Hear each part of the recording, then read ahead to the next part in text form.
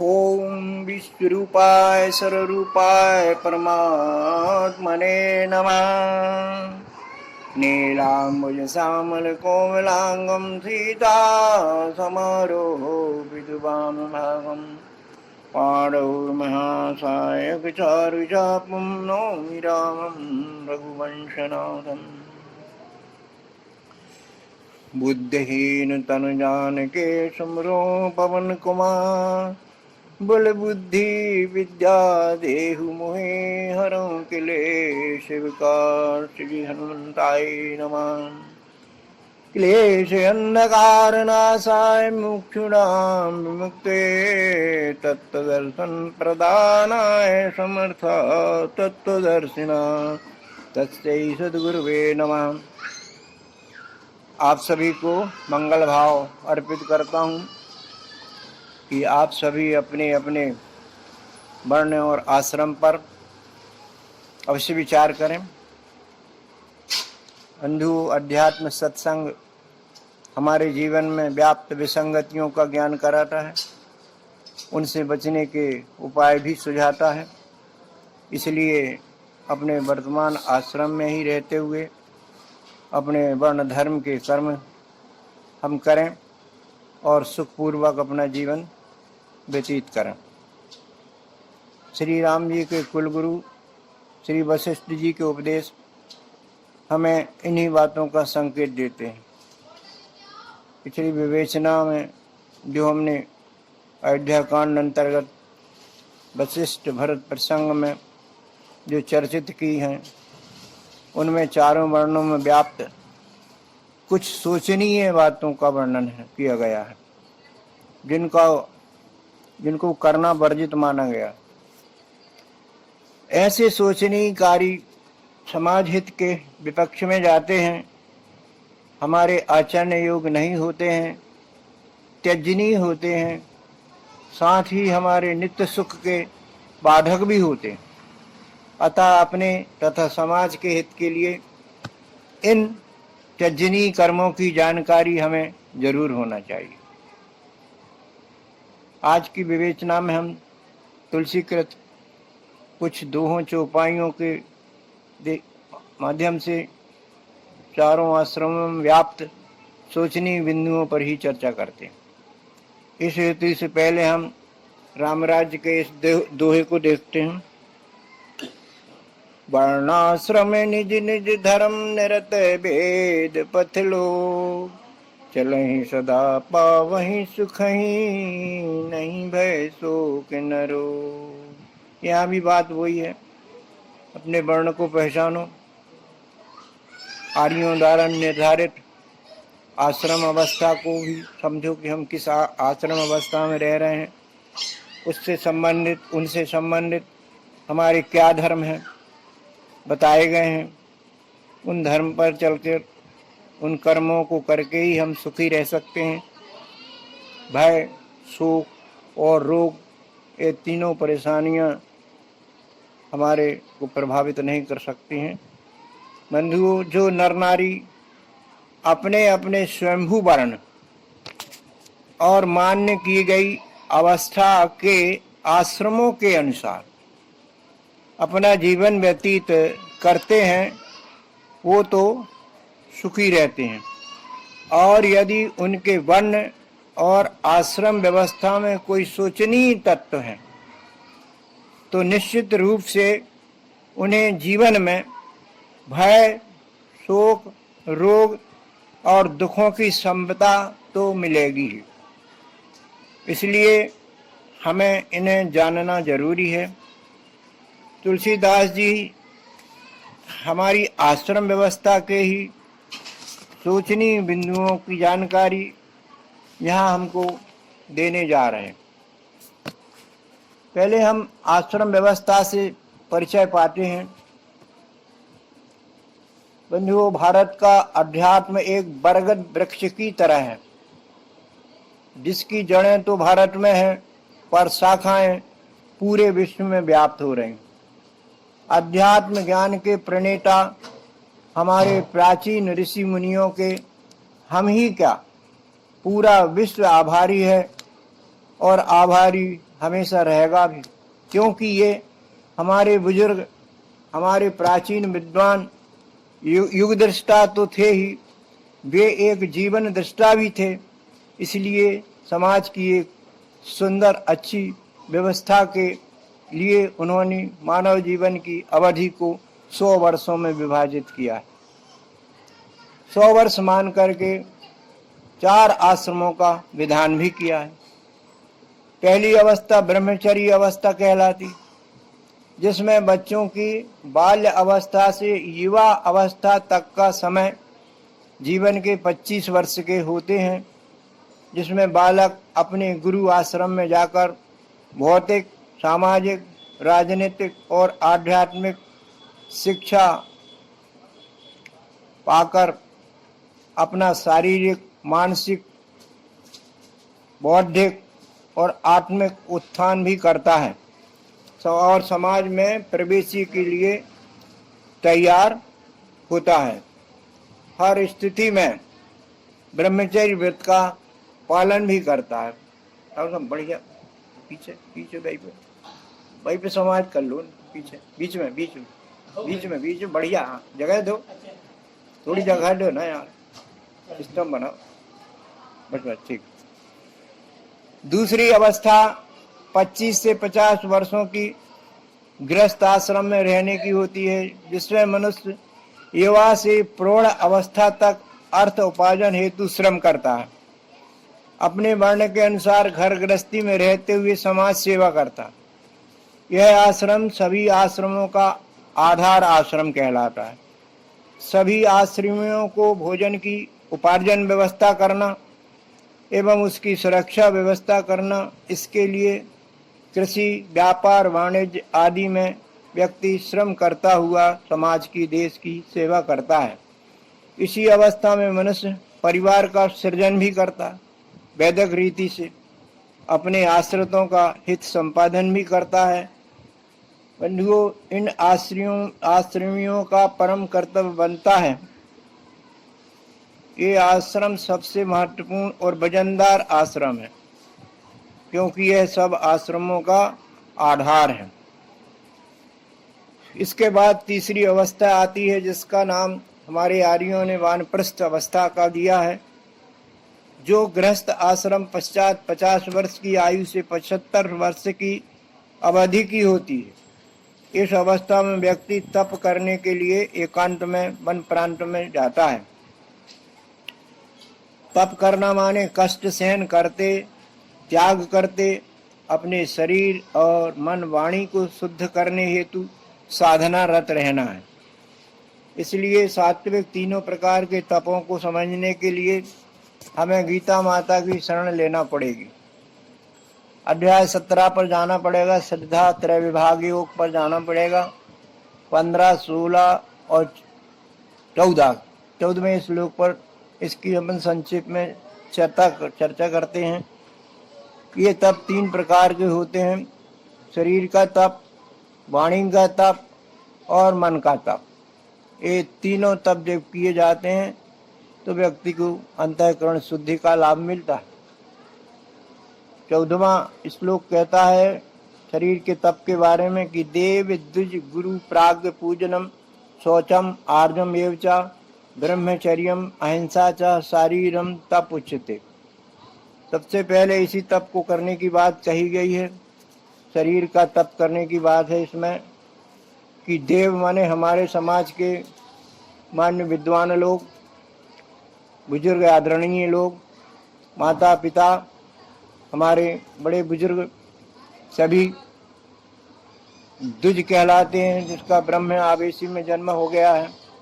ब्राह्मण कहते जिनको, गुरु हमारे शिक्षा दीक्षा के, अध्यात्म के, प्राज्ञ यानी हमारे बुद्धिमान लोग, समाज के पथ प्रदर्शक लोग, समाज को निर्देशित करने वाले लोगों, इनका पूजन करना चाहिए। पूजन करने से मतलब इनको सम्मानित करना चाहिए। जब इनको हम सम्मानित करेंगे तभी हमको इनसे लाभ मिलेगा। ये सब करते हुए शौचम आर्जम एव च, शौचम माने शुद्धि, शरीर की शुद्धि, मन की शुद्धि, धन की शुद्धि, व्यवहार की शुद्धि, तमाम प्रकार की शुद्धियां इकट्ठी मिलकर के सोचम अवस्था बनती है। आर्जवम एक अवस्था बड़ी, जिसका नाम है सरल बनना। ये सबसे बड़ा कठिन है, बनना है। सरलता, भीतर बाहर से एक होना, आडंबरी ना होना, शरीर का तप के अंतर्गत आता है। ब्रह्मचर्य का पालन करना, स्थूल ब्रह्मचर्य, सूक्ष्म ब्रह्मचर्य, ब्रह्म में आचरण सूक्ष्म ब्रह्मचर्य, स्थूल ब्रह्मचर्य बलवीर का संरक्षण, अनावश्यक प्रवाह रोकना, संयम रखना आदि इसके अंतर्गत आता है। अहिंसा करना, मन से, वाणी से, शरीर से किसी प्रकार से ही किसी का भी, अपना भी हिंसात्मक प्रवृत्ति में न झोंकना, ये सब अहिंसा के अंतर्गत आता है। ये सब शरीर के तप जो हैं कठिन होते हैं थोड़ा। वानप्रस्थ आश्रम में ये किए जाते हैं, 50 साल के ऊपर वाले व्यक्तियों के लिए बताया गया है। दूसरा, वाणी का संयम की बात आती है। गीताजन्य अनुद्वेग कर्म वाक्यम सत्यम प्रिहितम जयत स्वध्यवसनम च वाक्मयम तप उच्यते। वाणी का तप, सभी तपी हुई वाणी, विचारणी वाणी, सोच समझ के की गई, बुद्धि से परिष्कृत होकर के बाहर निकालने वाली वाणी अनुद्वेगकारी होती, और मन से निकालने वाली वाणी जो है वो उद्वेग फैलाती, लोगों को हताहत कर देती। ये बोलने का अभ्यास होना चाहिए, सत्य हो बोलने का, सत्य जो हमने समझा, जो हमारा अनुभव हुआ, वो सत्य कहलाता है। प्रिय बोलने वाली, प्रिय हित करने वाली मधुर वाणी, ये कहाँ से आएगी? इसके लिए भगवान ने कहा कि स्वाध्याभ्यासनम, अच्छी अच्छी किताबें, ग्रंथों को पढ़ो, अच्छे अच्छे महापुरुषों का उन्हीं से संग मिलता है, उनके अनुभव मिलते हैं। उनको पढ़ने से ऐसा लगता है कि हम उनसे बात कर रहे हों, तो लाभ ही लाभ है। शनि हुई बात करेंगे, वैचारिक संग्रह भी हमारा उत्तम कोटि का होगा। स्वाध्याय करने वाला और ना करने वाले में बहुत अंतर हो जाता है। व्यवहार में, वाणी में, क्रियाकलाप में सब अंतर हो जाता है। ये है वाणी के तप, ये सब इन्हीं को बताए गए हैं। मना प्रसादा, मन का सौम्य तुम मौनम ता आत्म विनिग्रह भाव संशुद्धि तपा मान समुचित।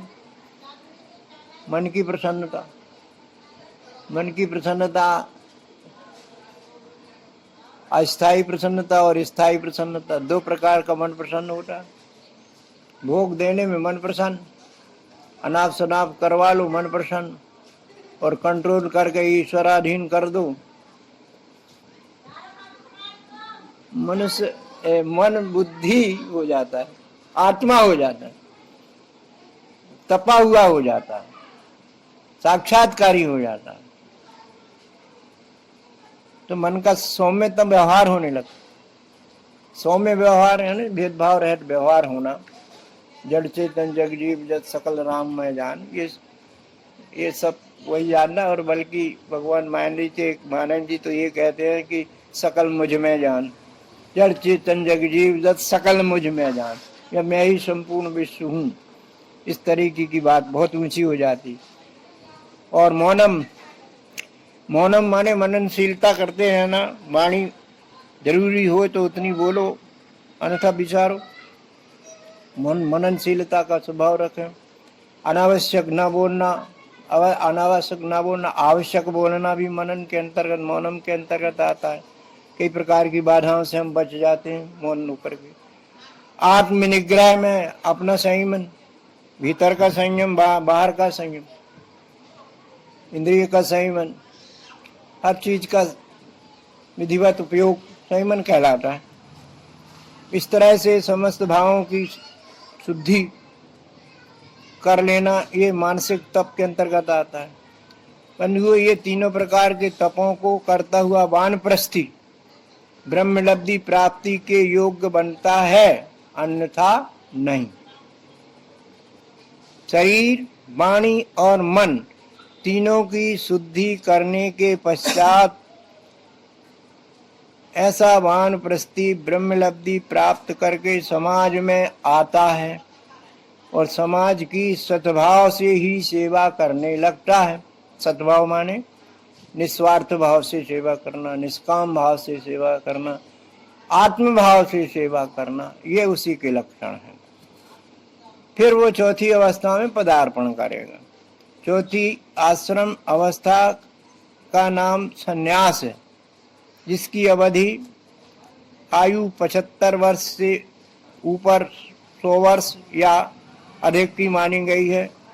इस अवस्था के बुजुर्ग व्यक्ति आयु वृद्ध के साथ साथ ज्ञान वृद्ध भी होते हैं, परमात्मा के वेत्ता भी होते हैं।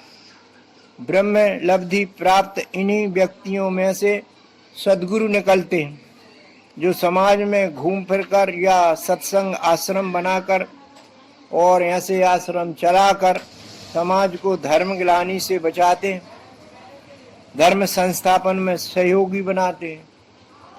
तो परमात्मा दर्शन कराने की योग्यता भी ये लोग रखते हैं। स्वयं भी संसार सागर से तरे होते हैं, साथ ही लोगों को तारते भी हैं। तरण तारण इन्हीं को कहा जाता है। हम सब यही कामना करते हैं कि जीवन के अंत समय तक भगवान इनको स्वस्थ रखे और सक्रिय रखे, ताकि ये समाज को अधिक से अधिक ब्रह्मलब्धि प्राप्त करा सकें। अब हम इन आश्रमों में व्याप्त सोचनीय, विचारणीय और अवांछनीय तत्वों पर तुलसी सम्मत चर्चा करते हैं चौपाई के अनुसार। सोचऊ बटु निज व्रत परिहरहि, जो न गुरु आयसु अनुसरहि। बटु माने ब्रह्मचारी। जो व्यक्ति ब्रह्मचर्य व्रत पर नहीं चलते हैं, गुरु के निर्देशों की सतत अवज्ञा करते हैं, अपने गुरु के ऊपर विश्वास नहीं रखते हैं, ऐसे बट्टू घाटे में रहते हैं। अपने गुरु से इन्हें पूरा परमात्मा लाभ नहीं मिलता है।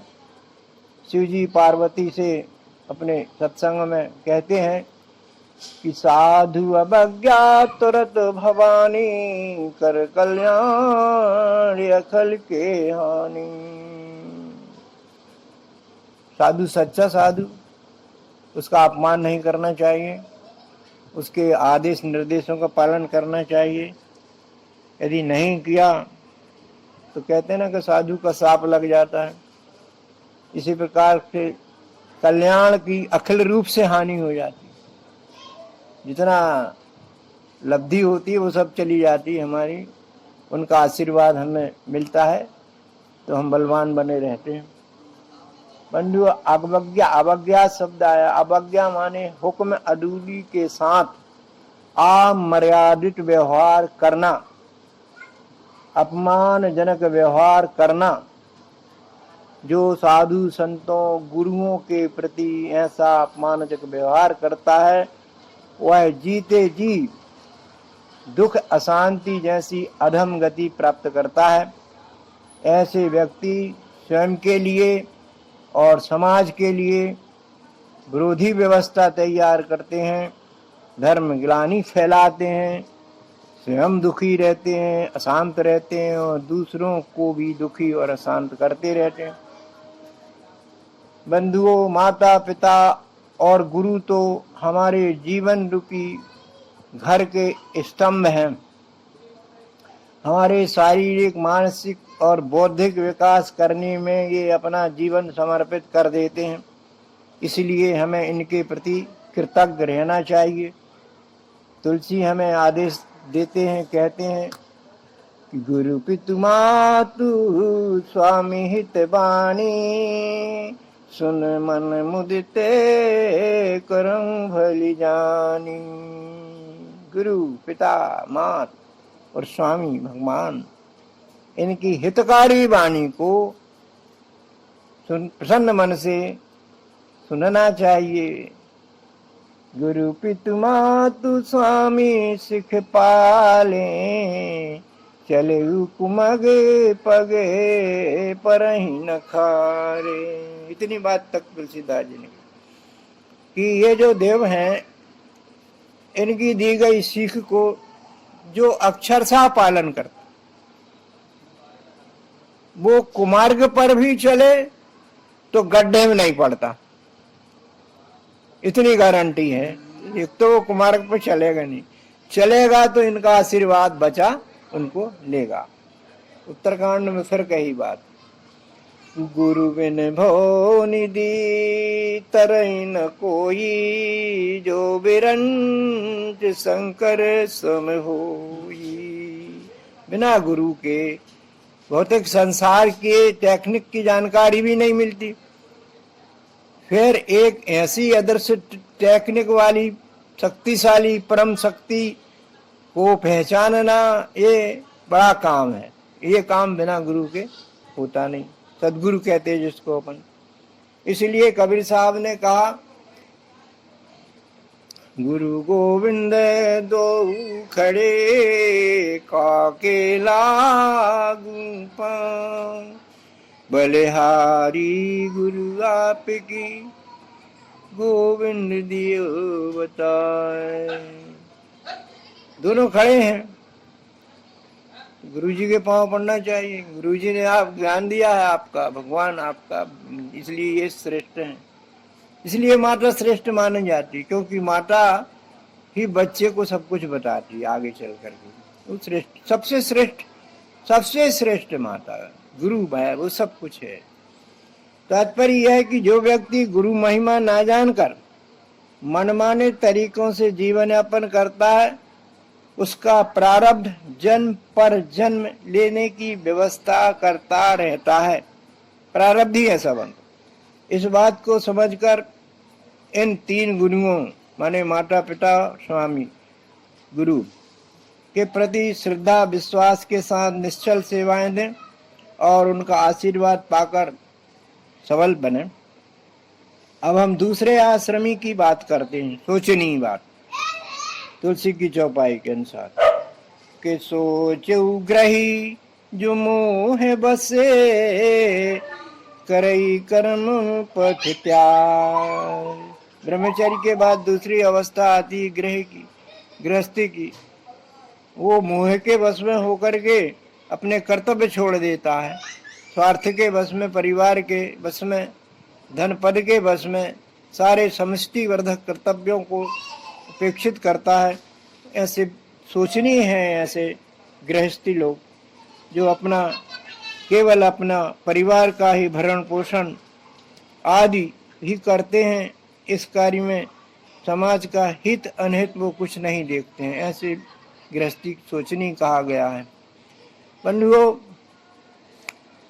महाभारत के पात्र धृतराष्ट्र ने पुत्र मोहवश अपने बड़प्पन के दायित्वों को खो दिया था, सभी जानते हैं। गीता अध्याय शुरू करते हैं एक, तो पहले ही अध्याय में समझ में आता है, जिसमें धृतराष्ट्रवाच कहा गया है। धर्म क्षेत्र कुरुक्षेत्र समवेता युवत्सवा वामका है पांडवास किम अकुर्वत संजय। प्रश्न ही सही समझ में आता है कि इस धर्म क्षेत्र कुरुक्षेत्र में जो युद्धानवेशी आवेशी लोग आए हैं, मेरे और पांडु के पुत्रों में क्या हुआ, क्या मेरा और पांडु अलग अलग, मेरा तेरा भाव यहीं से परिलक्षित होता है। महाभारत युद्ध की तैयारी यहीं से विभेदात्मक रूप से शुरू हो जाती। मेरे तेरा जैसा संकीर्ण भाव ने महाभारत युद्ध जैसी, सभी जानते हैं, विभीषिका को ला खड़ा किया था, जिसका परिणाम सबके सामने आया। मोह का भयानक परिणाम उन्हें भी भोगना पड़ा था जो उसके आसपास थे। हाँ, परिजनों पर प्रेम तो हो, मना ही नहीं, परिजनों पर प्रेम तो हो पर मोह न हो। मैं मेरा की जगह हम हमारा हो। जैन साहित्य में बड़ी सुंदर बात कही गई है, मेरी भावना शीर्षक कविता से, और बढ़िया चीज है वो, सुनाता हूँ आपको। फैले प्रेम परस पर सब में, मोह दूर पर रहा करे। सब में प्रेम हो, मोह ना हो, क्या बड़ी बात है। पहले प्रेम परस पर सब में, मोह दूर पर रहा करे। मोह कब होता है? जब हम आसक्त होकर के काम करने लगते। यदि हम अनासक्त भाव से काम करेंगे तो हमारा मोह हमारा रहेगा ही नहीं, चाहे कहीं चले जाओ। तो फिर क्या होगा? और क्या होता है गड़बड़ मोह से? अप्रिय कटुक कठोर शब्द, नहीं कोई मुख से कहा करे। अनासक्त भाव से मोहासक्ति छोड़ करके कर्तव्य करने का आदेश ये साहित्य देता है। और अप्रिय और कटुक और कठोर शब्द, ये मोह के ही जन्य हैं जी। कोई मुख से कहा करे।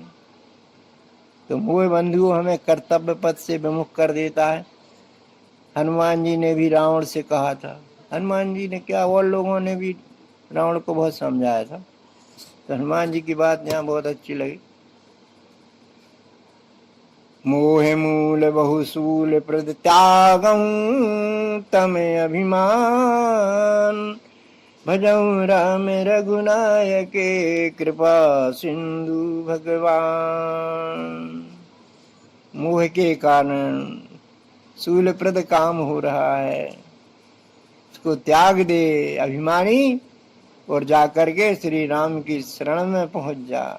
वो कृपा के सिंधु हैं भगवान, तुझे क्षमा कर देंगे तेरे अपराध को। तात्पर्य यह है कि गृहस्थ आश्रम सभी आश्रमों का आधार आश्रम तो है, इसलिए इस आश्रमी का कर्तव्य भी व्यापक बनता है।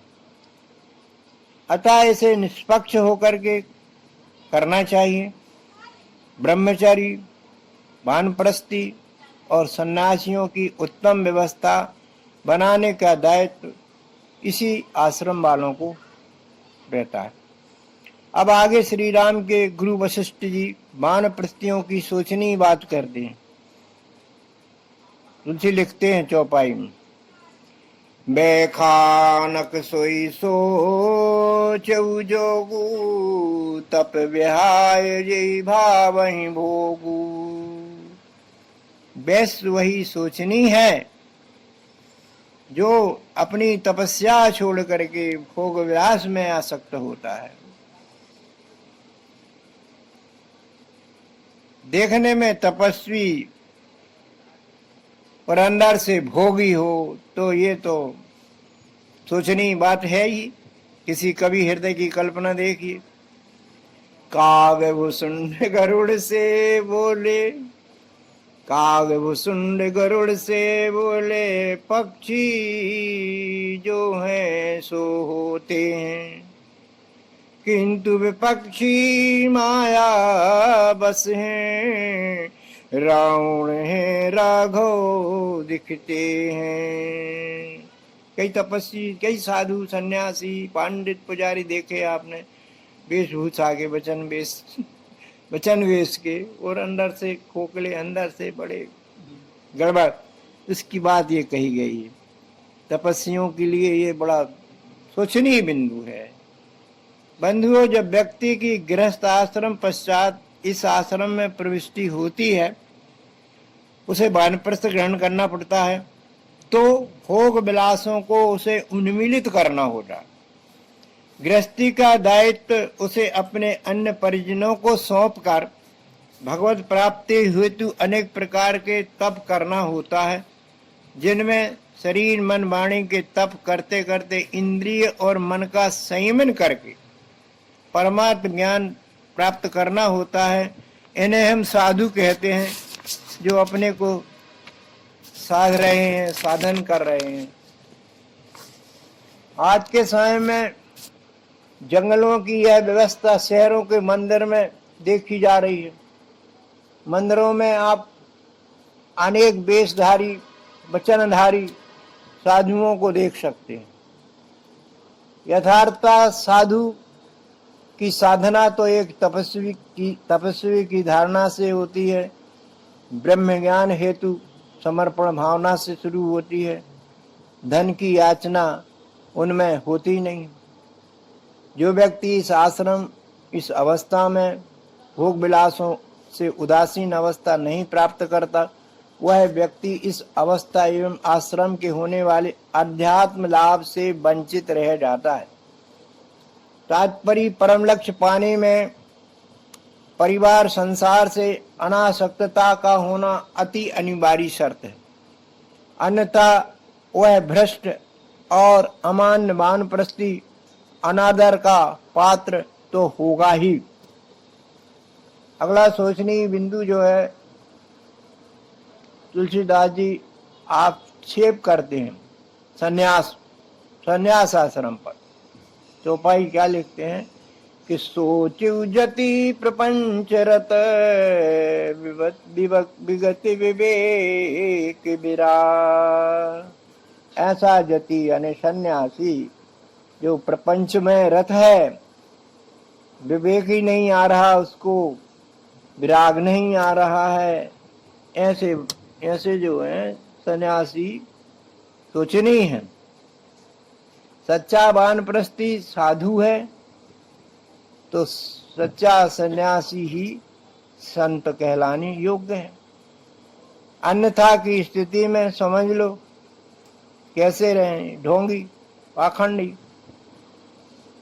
गीता में कहा बहुत बढ़िया, कर्मेन्द्रियाणि संयम्यास्ते मनसा स्मरन् इंद्रियर्थान् विमूढ़ात्मा मिथ्याचार स उच्यते।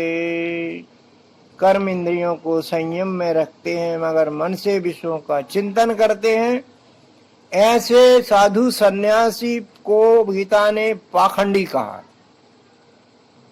इनमें संसारी न्यास ज्यादा रहता है, संसारी न्यास ज्यादा रहता है, सत न्यास कम होता है और नहीं भी होता है। इनका सच्चा स्वरूप सन्यासी के लिए गीता की शरण में जाते हैं हम। अध्याय श्लोक पहले ही लिखा है उन्होंने, महामुनि व्यास जी ने। सच्चे सन्यासी कौन? अनाश्रिता कर्म फलम कार्यम कम कर्म करोति सा सन्यासी च योगी च। कर्म करना मनाही वाली बात नहीं, कर्म करते हुए, घर में गृहस्थी में रहते हुए, समाज की सेवाएं देते हुए। गेरुआ वस्त्रों की जरूरत नहीं है इसमें, कर्म फल त्यागने की जरूरत है। कर्म ना करने की जरूरत नहीं है, कर्म फलाशक्ति त्याग करके सेवा करने की बात को सन्यासी कहा गया। तो सन्यासी तो कोई भी हो सकता है। ये बात गीता ने बहुत सरल कर दी और अपन इनसे परिचित भी हो गए। क्या यथार्थ सन्यासी किसको कहा जाता है? नहीं भाई, वचन वेश क्या जानिए, मन मलिन नर नार, सुपर्ण खा मृग पूतना, 10 मुख करो विचार। ये तो नकली सन्यासी बने थे, ठग गए दूसरे लोग और ये अधम गति को तो पहुंचे ही गए। इनका तो बुरा हुआ ही। कबीर साहब ने बहुत अच्छी टिप्पणी करी कि तन को जोगी सब करें, मन को कोई सहजई सब सुख पाइए, जोगी मन का होए सहजई सब सुख मन। तन वाले तो सरलता से तन के जोगी बन जाते हैं, बड़ा कठिन काम। 6वां अध्याय का 4था श्लोक भी कहता है, यदा ही नैन्द्यार्थेषु न कर्मसु अनुसज्जते सर्व संकल्प सन्यासी तदा योगारूढ़ा। इंद्रिय अर्थेषु यानी विषयों में, फलाशक्ति में आसक्त न होना, इस हेतु से सारे संकल्पों का त्याग करने वाले को सन्यासी या योगी कहा जाता है। यदि इस आश्रम का व्यक्ति ऐसा सन्यास नहीं साधता, तो वह समाज का आध्यात्मिक हित संवर्धन करने में पूर्णतः असमर्थ है। वो क्या करते हैं आजकल देख रहे हैं, तुलसी की बात आ जाए, हरहि शिष्य धन शोक न हरहि, सो गुरु घोर नरक में परहि। धन को केंद्र बिंदु रहता है, यदि वो सच्चे साधु और संत सन्यासी नहीं है तो वे धन भोग के सन्यासी हैं छद्मवेश में। ये संकेत किया, स्पष्ट कहा है भगवान कि यहाँ से सावधान रहना चाहिए। सच्चे सन्यासी, सच्चा सन्यासी तो अपने ज्ञान का प्रसाद ही बांटता है।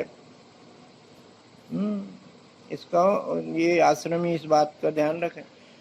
बंधुओं, अपनी जीवन यात्रा को सुलभ और सुखद बनाने के हेतु से कुछ और बातें वशिष्ठ जी ने हमें बताई हैं। यह बात तो सत्य है कि समाज की आधी संख्या हमारी नारियां पूर्ण करती, उनका दाम्पत्य जीवन में विशेष दायित्व भी बनता है। चाणक्य नीति में कहा गया है कि वित्तेन रक्षते धर्मः विद्या योगेन रक्षते। अपने धर्म के, अपने कर्तव्य के पालन करने में धन का उपयोग कर देना चाहिए, और विद्या प्राप्त करने में, विद्या को स्थायी बनाने में उससे योग नित्य बना रखना चाहिए।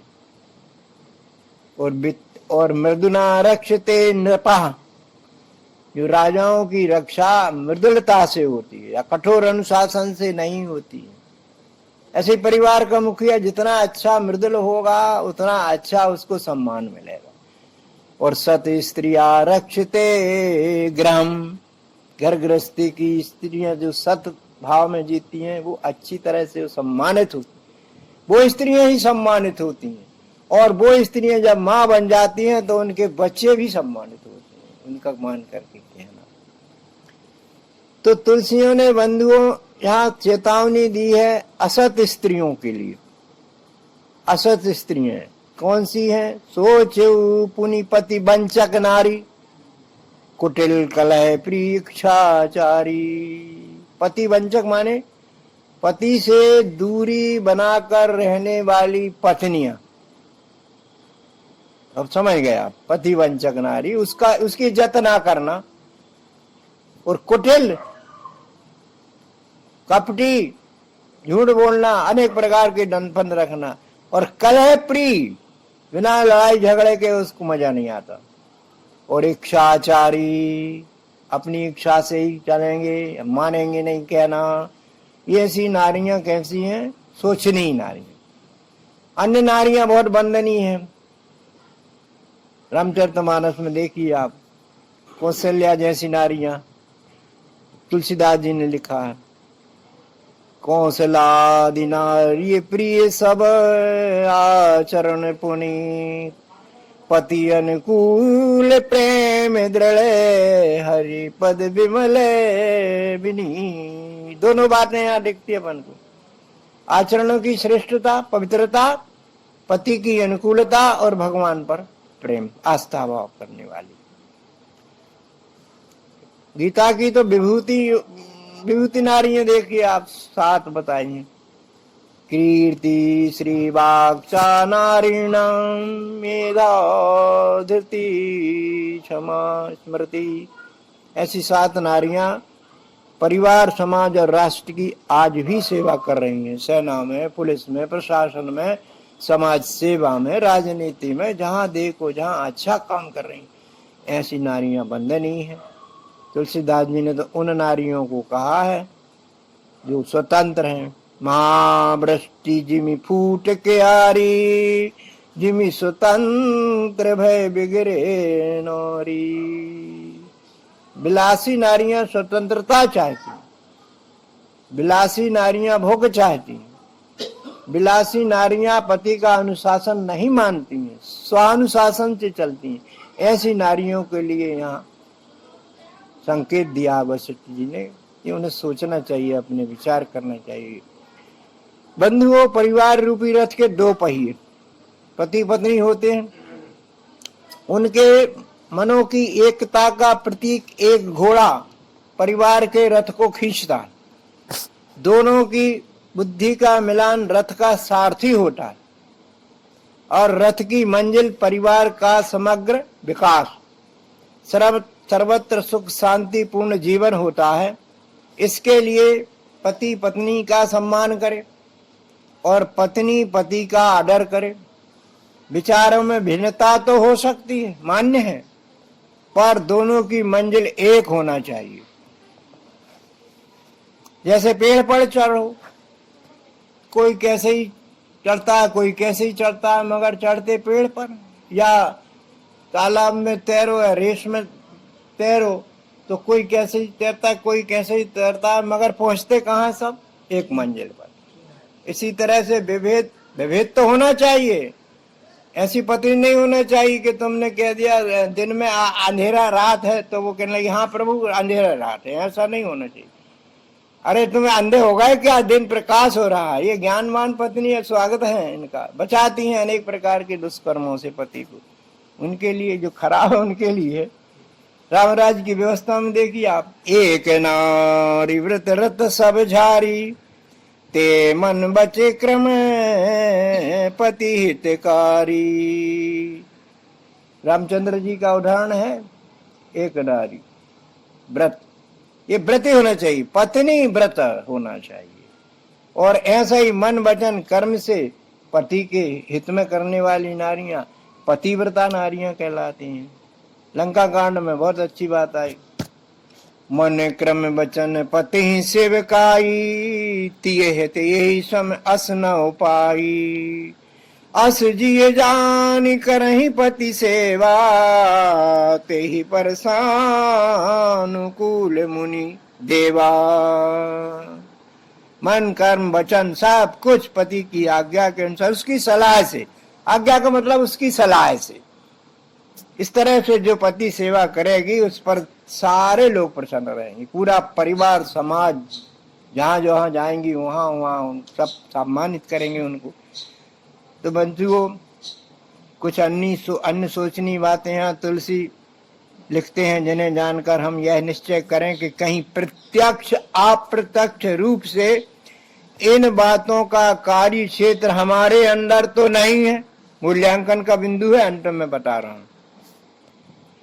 तुलसीदास जी कहते, सोचऊ पिसनु अकारण क्रोधी, जननी जनक गुरु बंधु विरोधी। बिना काम के क्रोध करने वाला व्यक्ति सोचनीय है। और जननी जनक गुरु बंधु इनका विरोध करते रहने, परिवार का विरोध ही करते रहने वाला सुखी नहीं रहेगा। इसलिए वशिष्ठ जी संकेत देते हैं कि जरा इनके साथ मित्रवत व्यवहार रखिए, स्नेही व्यवहार रखिए। और सब विधि सोच ऊपर अपकारी, निज तनु पोषक निर्दय भारी। उपकार होता है एक अपकार होता है। एक भला करता है, एक बुरा करता है। तो बुराई करने वाले सोचों वाले व्यक्ति जो है सोचनीय है, जो अपने शरीर के लिए पोषण में निर्दयता का भाव रखते हैं, ऐसे व्यक्ति, क्या हम ऐसा व्यक्तित्व तो नहीं जीते हैं? ये थोड़ा सा अंदर विचार है हम। तो सोचनीय सभी विधि सोई, जो न छाणी छल हरिजन होई। सबसे अच्छी बात देखिए आप, सब प्रकार से सोचनी वह है जो छाणी छल छिद्र छोड़ करके भगवान का भक्त ना हो, वह सोचनी।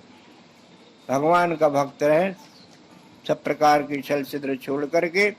तो बंधु, आज की विवेचना का सारांश संदेश निकलता है कि हम गुरु वशिष्ठ जी द्वारा बताई गई सोचनी बातों से परहेज करें और अपने को सुरक्षित कर ले जान करके। क्योंकि सोचनी बातें ना करने योग्य बातें हैं। ऐसी बातें हमें धर्मभ्रष्ट तो करती ही हैं, साथ ही एक तरह से आसुरी वृत्तियों में भी घसीट लेती हैं। भगवान अवतार जितने भी हुए हैं, ब्रह्म वेत्ता महापुरुष जितने भी हुए हैं, सभी ने समष्टि की सेवा की है, अपने वर्ण और आश्रम के अनुसार ही की है, जिन्हें हम इसलिए आज याद करते हैं, उनके चरित्रों को पढ़ते हैं। तो बंधु, हम भी इनके इस प्रोग्राम में सच्चे दिल से सहभागिता दें और दूसरों को भी प्रेरित करें और अपने जीवन को सार्थक बनाएं। इन्हीं मंगल भावों के बिंदुओं के साथ ही ओम शांति शांति शांति।